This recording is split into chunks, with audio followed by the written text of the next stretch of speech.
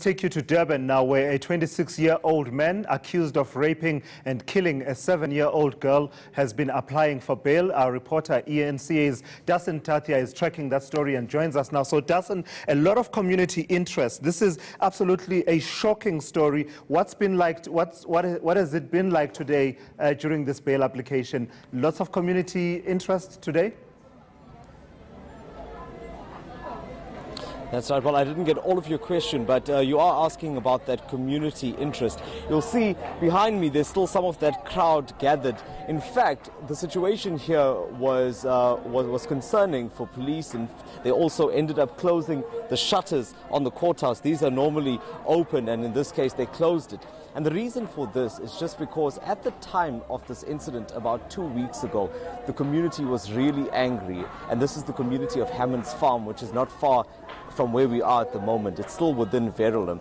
And on that day, the community eventually turned on police as they were taking the suspect away. And in that incident, a police van was also damaged.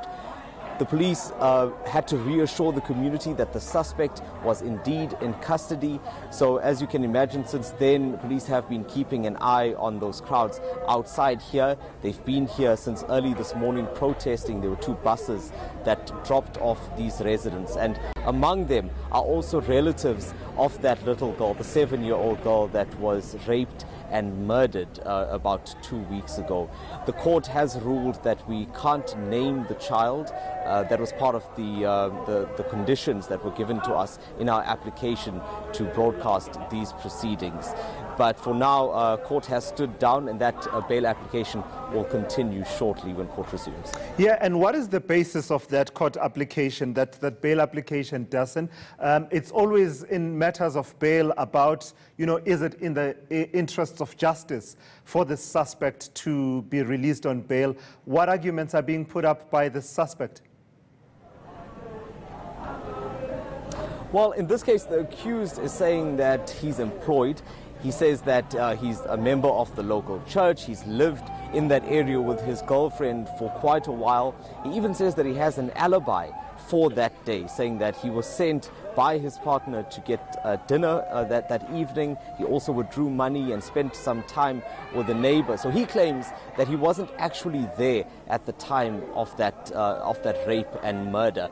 But his attorney also saying that although he is working and he's not earning a lot of money, they are willing to put up about 10,000 rand in bail money for him to be released. And he wants this because he feels that he would be compromised while being in custody. He's worried about certain illnesses. He also wants easy access to his lawyer. But now the state is opposing bail, and they had Captain Emmanuel Zulu, who's the investigating officer in this case, saying that they have witnesses which prove that the accused is actually the one that had taken this little girl into his home. Because that's the allegation here, that he had sent a little girl, this particular girl, the 7-year-old, to buy cigarettes and then took her into his home, and that's where the rape allegedly happened, and that's where she was stabbed. Police also saying that when they went into the home, there were signs of blood splatter. There were clothing items that were found in there, and the house was in disarray.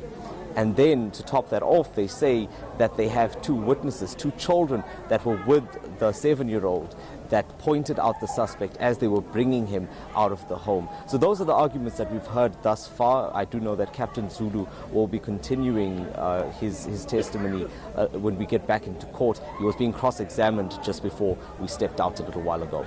Sure. So right now the court has adjourned, has taken a brief adjournment. But what are the specifics of the ruling in as far as our application to be allowed with cameras inside court? It's always a sensitive matter where children are involved, where crimes involving children are concerned, isn't it, Dasan?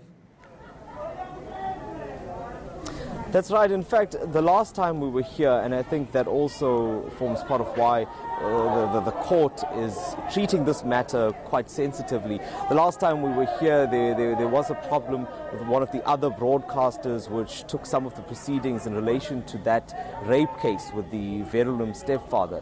They took some of those proceedings live, so there was a lot of negotiation, and we had to make a formal application in court today. And the conditions coming out of that is that we are not allowed to broadcast any sensitive parts of that testimony by Captain Emmanuel Zulu. We're also not allowed to name the suspect. Now, that was something that came up in court when proceedings started, but prior to that, those protesters that you saw outside, many of them were wearing T-shirts with the name of the little girl, showing the date that she was born and the date that she had passed away, and a picture on the front of those T-shirts as well. So the family was also speaking quite freely, but we obviously now have to respect the court's ruling and not name her or show any pictures of her going forward.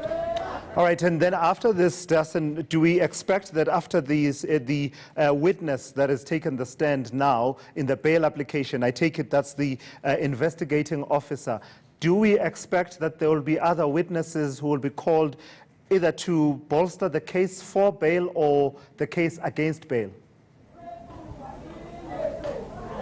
I didn't get all of that, but I gather you're asking me if there'll be any other witnesses. As far as I understand it, this is the only witness that we are expected to hear from today. There was also an affidavit that was submitted from another police officer that was also taken into consideration as evidence. But it seems like the testimonies, at least, should wrap up today. But as to whether the magistrate will be making a decision today or whether he will defer that to another day, that's what we'll wait to see. Right, thank you so much. That's ENCA's Dassen Tathia out there in Verulam for us.